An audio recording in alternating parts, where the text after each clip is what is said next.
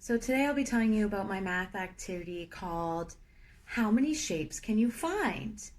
And the idea is that the children will be looking around their classroom. Well, this can be done either indoors or outdoors to find shapes in our real world. As you know and you've said, we can see a lot of shapes in the real world. I have one right here, a circle. So I did this with my children in China that I was teaching English with, and they really seemed to enjoy it.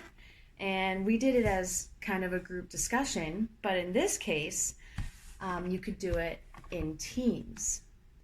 And you could either do it with a class of 26 or with a small group of 13, which I think would be beneficial. So if you did a group of 13, you would have two groups of 4 and one group of 5. So I've made this picture graph for each group, and I've showcased circle, square, triangle, rectangle, and I also wanted to include oval, diamond, star, and hexagon. Please don't mind my small writing. I would definitely make it better next time. So this is where the children will see the shapes that they're going to be looking for around the classroom. In the middle here is where they will keep where they will record their findings. And you can see I've already put an example of 1, 2, 3 circles. At the very end is the total number. So the children are trying to see how many shapes they can find in the world around them in the amount of time, which I've decided would be about 10 minutes per team. After we do that, we would all sit down together, double check the findings, talk about them, and see who found the most and discuss how they did that. So you would need a timer. I would say you could use a timer on your phone, and a picture graph for each group, some markers so they could record their findings, and yeah, then you would have some discussion and reflection after. I really like this activity because it gets children up and moving physically and using their body, which I find very helpful in my learning and an effective way for me to understand concepts. I enjoy this activity because I think it can help support the development of 3 expectations.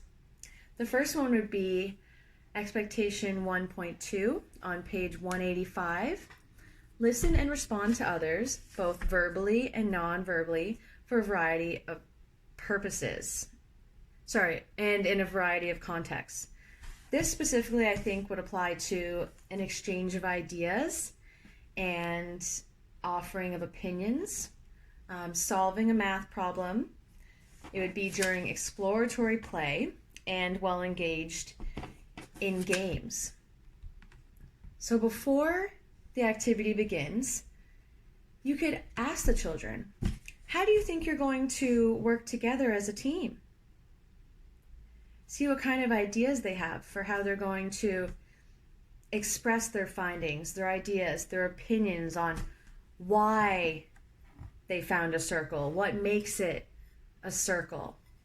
You can encourage them to use that kind of communication and tell their friend, well, I know this is a circle because it's the same circumference all the way around. Now that is a big word to introduce to them, but you could explain that concept, as well as if they found a square, encourage them to tell their friends, well, I know this is a square because each side is the same length, right?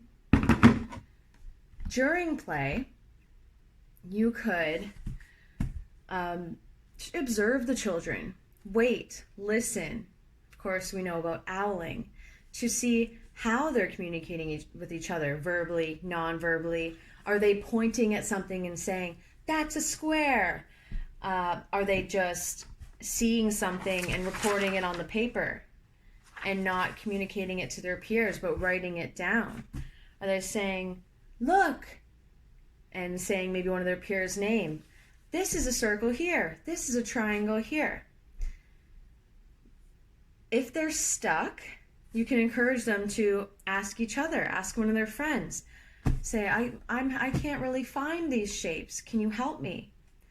And then I would record those observations, and during the discussions after, would talk to them about how that worked and how they thought they worked together as a team, how they could communicate better in the future. Did they verbally tell each other what they were finding, what they were seeing? So I really like that idea of them having the opportunity to work as a team to reach this common goal of finding as many shapes as they can. Another expectation that I think this supports would be, of course, about the concepts of stable order. 15.4, page 219. Demonstrate an understanding of the counting concepts of stable order and of order irrelevance. So I think, again, this is something that you could model when explaining the activity beforehand. You could say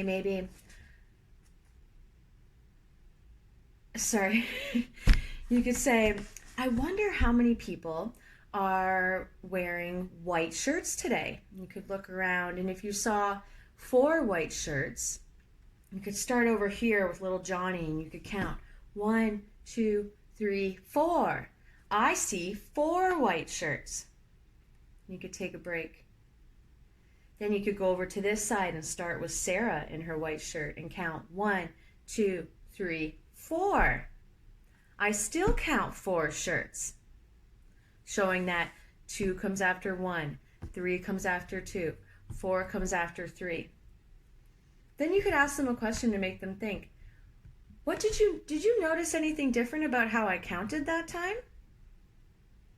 And you could explain that you came to the same number of 4 if you started with Johnny or if you started with Sarah. Then as they're playing, you could ask the children, how many circles have you found so far, for example? And if it was like this and they had found 3, they might look at the picture and say, 1, 2, 3. And I would say, wow, that's really great. That's good counting. But how many circles do you have if you start counting with this circle? 1, 2, 3. Okay. How many circles do you have if you start counting with the middle circle? 1, 2, 3. Doing it the 3 different times could show them that no matter where they start, the counting is still going to be the same, 2 after 1, 3 after 2, again, regardless of what circle they start with. That way, as they keep going, it just solidifies that concept and helps them reach that total number at the end. You could check in with the children, ask them if they've been recording their findings and how. Which leads me into the final expectation, which would be 19.1 on page 240. Ask questions that can be answered through data collection, collect data, and make representations of their observations using graphs. In this case, a picture graph. I thought that would be fun instead of tallies or a bar graph. I thought the children might enjoy drawing and representing the shapes that they are seeing around them.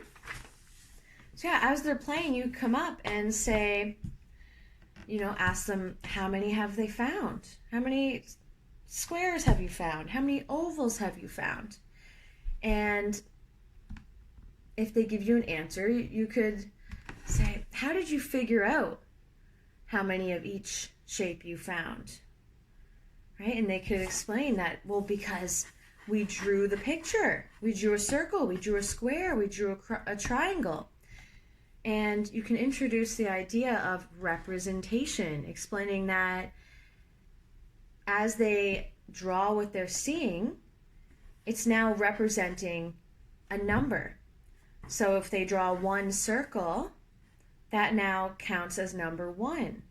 And because they've drawn 3 circles, they've represented the fact that they've found 3. And I really like the idea that we need to understand that children have the ability and are capable to understand rich language, and that we can introduce these concepts to them and find ways to help them understand and give a meaning to that sort of thing. So yeah, you could ask, how many rectangles has your group found so far, etc.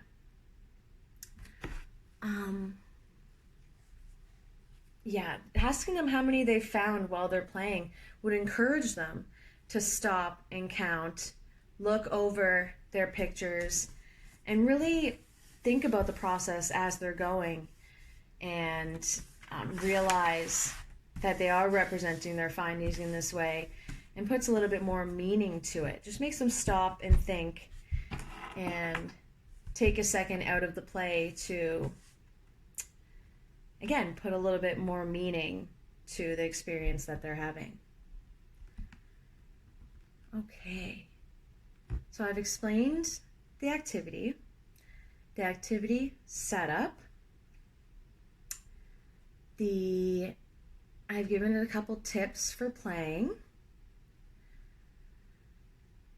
and we asked some questions, some other questions that I think would be interesting for the children.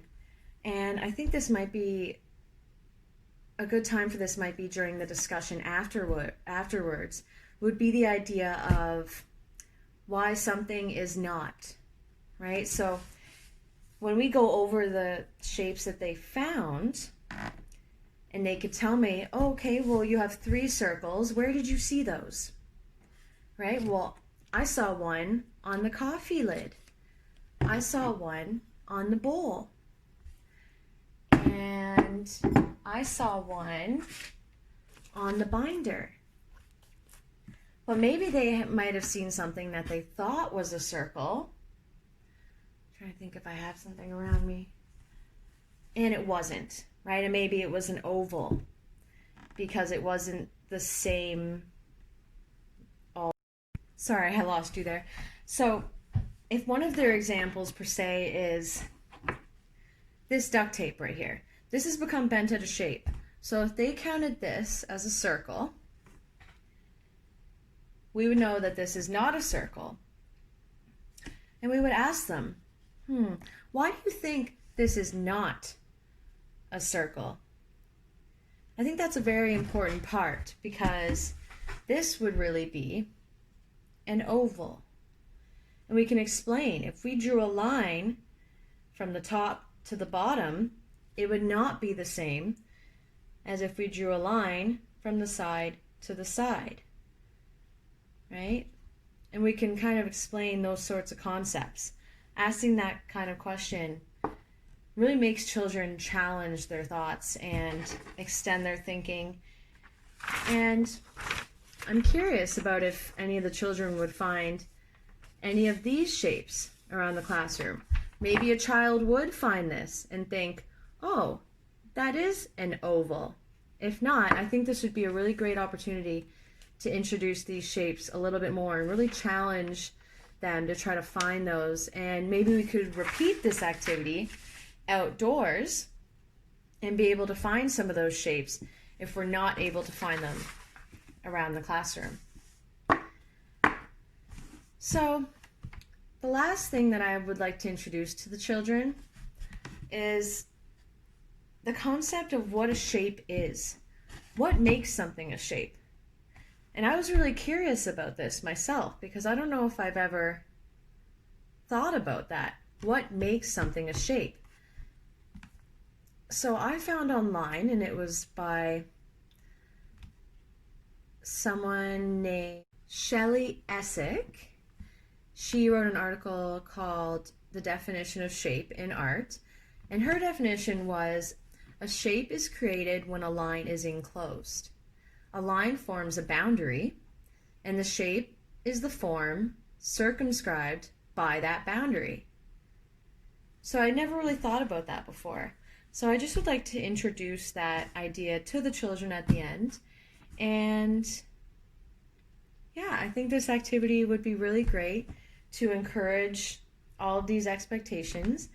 And again, I think you could do it over and over. After the 10 minutes, maybe the teams would want to go again and see who could find the most shapes a second time after the reflection and after some thought-provoking questions. So thank you for listening to my activity today, and hopefully one day I can do it with children. Thank you.